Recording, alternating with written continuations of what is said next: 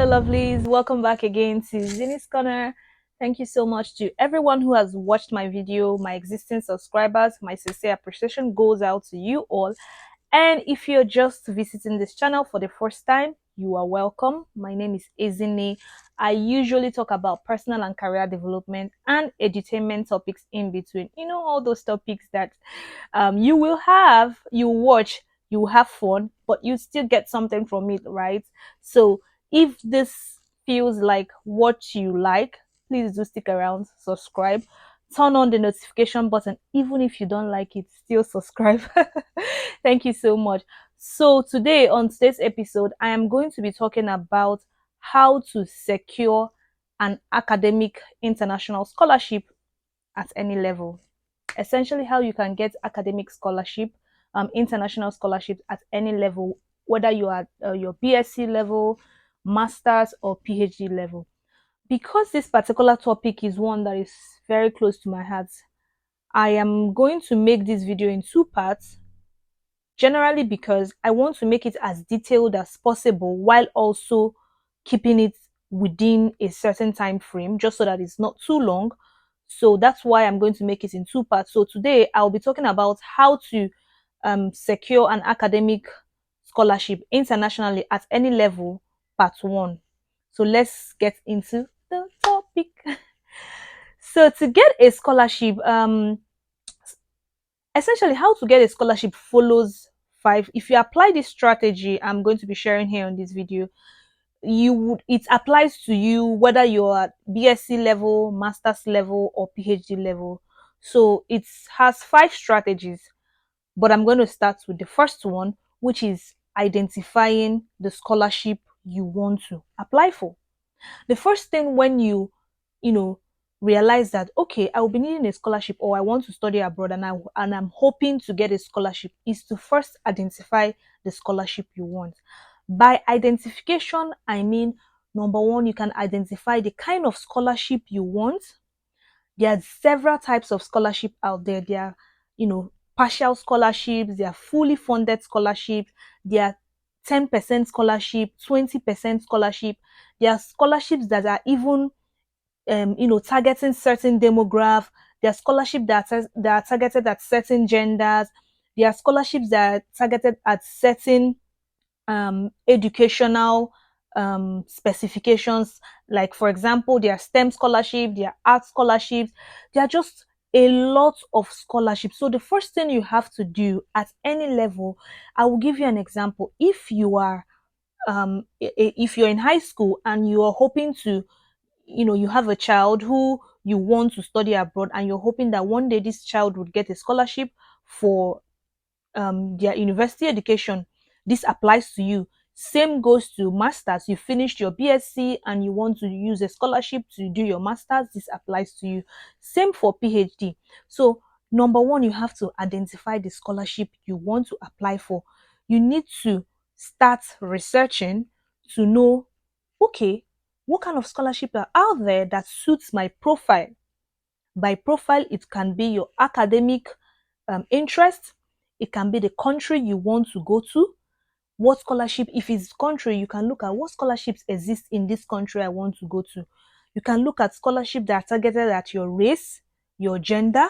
There are just a lot of factors that can help you identify scholarships that you can fit into. The factors are endless. So it's not just even academic, gender, race, country, demograph. There are scholarships that are targeted at certain demographics. Let's say, for example, you're an African, there are scholarships that are targeted at African. There are even scholarships that are targeted at your religion. Like, yes, there are scholarships that are targeted at your denomination. Even in the Christian denomination, scholarships targeted at certain kind of people. It's just, they're all out there. All you need to do is research. So number one, identification of such scholarship. You have to, figure out what country do you want to go to, and things that can help you figure these things out when you're searching for a scholarship is to ask yourself, what do I want to get out of this scholarship? Do I want to go to a country that will give me post-study permits to stay back? Do I want to come back? do I want to continue? Do I want to further my education from this scholarship? These are some factors that you need to put into consideration when identifying your scholarship at any level, right? Now, additionally, before I move on to the second strategy, I would like to just clarify or just break down a little bit of what the percentages of scholarship that I previously mentioned are. So I'll start with explaining fully funded scholarship. When you hear fully funded scholarship, it simply means the scholarship is going to fully fund your tuition. Sometimes you would even have them additionally provide you with stipend, accommodation, flights. Some scholarship actually provide your flights, like your flight from your country to wherever the country of scholarship is. So this is what fully funded scholarship means. So if you're going for a fully funded scholarship, you just have to know what it provides. Is it fully funded inclusive of accommodation or stipend, or is it just fully funded for your tuition? And then there is also partial scholarship. When you hear partial scholarship simply means it's partially funding your tuition. Often it means 50% of your tuition. Some partial scholarship might give you 50% of tuition and still maybe give you a little bit stipend. It's also just left to you to check to clarify what it means. And then and so on and so forth. You have 20% scholarship, 30% scholarship, and as their name goes, they provide that percentage of tuition to you. So that is that for the type of scholarship. Additionally, I just want to say KS is a very good scholarship to apply for any level. It's South Korean Advanced Institute of Technology, but that scholarship is for science students. But bear in mind, it's super competitive. We'll get to how you can position for super competitive scholarships later on in the video. But yeah, you should check out KS, South Korean Advanced Institute of Technology. It's a very good, fully funded scholarship that I can recommend. If you are in a STEM course, like if you want to study a STEM course, that's science, technology, engineering, and math, you should check it out. South Korea, it's a very good place to study such subjects. So yeah, check it out. Now moving on to step two, which is the second strategy, early preparation. I can't even begin to I can't overemphasize on how good it is to prepare very early for your scholarship. It's, you've identified a scholarship, which is the first strategy. The second one, you prepare early. What do I mean by early preparation? What exams does that scholarship need? Do you need to pay to apply for the scholarship?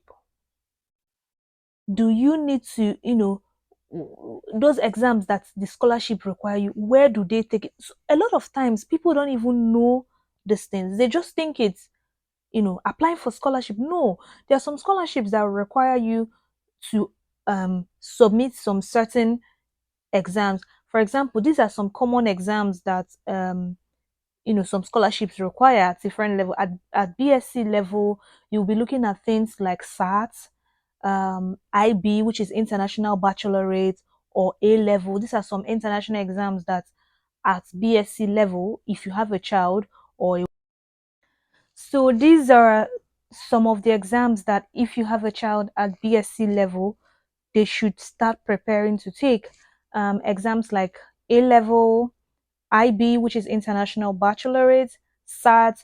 So by early preparation, you can start these exams. For example, if a child is in, let's say, SS2, it's okay to start preparing for these exams all in SS2 or even SS1. There is never a too early time to start preparing because these exams are international exams and their standards are really high.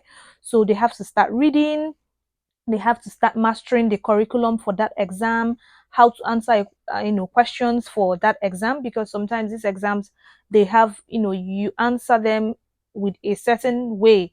It's not like the normal exam of whatever country you're watching, you're watching from.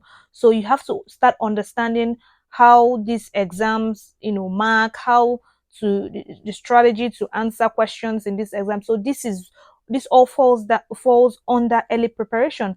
For example, for master's application, you have exams like GMAT, GRE, IELTS, which is the English language test exams, or even TOEFL. So these are just some exams that you will hear when if you're applying for masters. So again, you have to start if you're you're currently on in your undergrad, or you finished but you want to apply for masters, start preparing on time. There is never, you're never going to prepare too early. Then another thing under early preparation is start knowing where to register for these exams. I understand that a lot of people live in places that you might not really see centers for this. And so this is why it's important to start finding out where to take this exam. Of course, you don't want to 2 weeks or 2 months before the application opens, you start running around to go and look for where to write exam. No, start on time to start looking for where to write this exam. Let's say you live in maybe not Lagos, or not a state that, or a country where these exams are taken. You have to start factoring all of that, which is making preparations to go to that place, know when this exam starts to take it. So that's why early preparation it's very necessary. Not 2 months to when a scholarship is opening, you start running around. Oh, where do I take this? Oh, no. Start on time. Then another very crucial thing that uh, you have to also consider in early preparation is finding out if the scholarship you want to apply for requires you to make payment, or the exam for applying for that scholarship also requires you to make payment. Early preparation, you start knowing, okay, if this payment is in a currency that it's not your country's currency, how do I get that currency? Where do I make that payment? How do I make that payment? All of this would help you figure out how you're going to make payments to that exam or to that scholarship application. And lest I forget, their scholarship that you're applying for a scholarship does not necessarily mean that you may not pay to apply. There are some scholarships that go alongside the application itself for the university or for the program you want to go for. What does that mean? For example, there's some scholarships that mean when you apply for the thing, if let's say it's a BSc or a master's or a PhD, you're automatically being considered for that scholarship as long as your profile, remember those profile I said earlier, meets what that scholarship is asking for. You're automatically considered for such scholarship. So in those cases, you most times need to like maybe pay application fee. So that's why early preparation comes. You have prepared on time, you know how much it will cost you to apply, you've set aside that amount, or you've even started saving towards it, because these things have deadline. It's not open forever. So early preparation. Yeah, so thank you so much. If you've enjoyed these first 2 points I've made, please don't forget that this is part one of how to secure an academic international scholarship. I will be going further to the 3 other steps in the next video, just so that this video is not long. So if you know somebody who will want to apply for a scholarship, make sure to share this video with them, invite them to the channel. If be your brother's keeper. If you don't, if this applies to you, let me know what you want me. Feel free to ask your questions in the comment section below. And please do not forget to subscribe, turn on that notification, and I will be going on to part 2 of this topic in our next video. Thank you so much for watching.